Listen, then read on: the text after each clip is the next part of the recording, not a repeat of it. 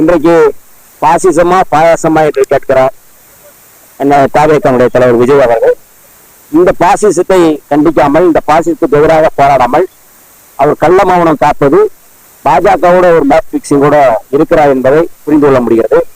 அதே போல நாத்தாக்காவுடைய தலைவர் சீமானும் பாஜகவுடைய ஒரு கிளை அமைப்பாக தமிழ்நாட்டில் செயல்பட்டு இன்றைக்கு அவர்கள் முழுக்க முழுக்க ஒரு சங்பரிவார அமைப்புடைய கிளை அமைப்பாக செயல்படுகிறார் என்பதை அமலப்படுத்தி கொண்டிருக்கிறார்கள் மக்கள்.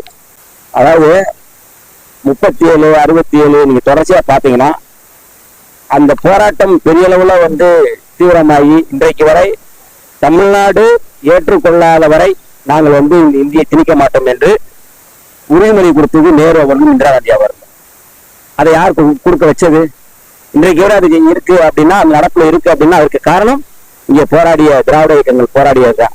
அதனால ஒரு வரலாற்று பின்புலம் தெரியாமல், வரலாற்று பின்னணி தெரியாமல் பாஜக எழுதி கொடுத்த அறிக்கையை அப்படியே படித்திருக்கிறார் விஜய் அவர்கள்.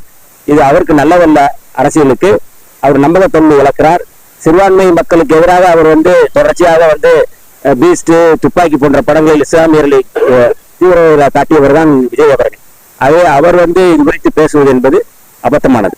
26 என்பது அல்லது 21 என்பது திமுக ஆட்சிக்கு வருவதற்கு விடுதலை சிறுத்தைகளுடைய பங்களிப்பு, இடதுசாரிகளுடைய பங்களிப்பு அதிகமாக இருக்கின்றது.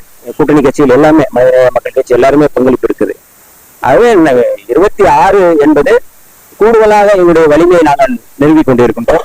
இன்னைக்கு தமிழ்நாட்டில் திமுக அதிமுகவுக்கு அடுத்தபடியான ஒரு வலிமை உள்ள கட்சி, வாக்கு வங்கி உள்ள கட்சி விடுதலை சிறுத்தைகள் என்பதை திமுகவும் அதிமுக ஒப்புக்கொள்வார்கள். நான் எங்களுக்கு என்னை போன்ற அடிநிலை தொண்டர்களாக இருக்கக்கூடிய என்னை போன்றவர்களுக்கு நாங்கள் 25 தொகுதி கேட்க வேண்டும் கூட எனக்கு ஆசை இருக்குது.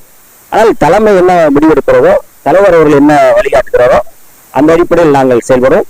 ஆனால் கடைநிலை தொண்டர்களுடைய விருப்பம்ங்கிறது 25 தொகுதிகள் வேண்டும் என்பது என்னுடைய கோரிக்கை.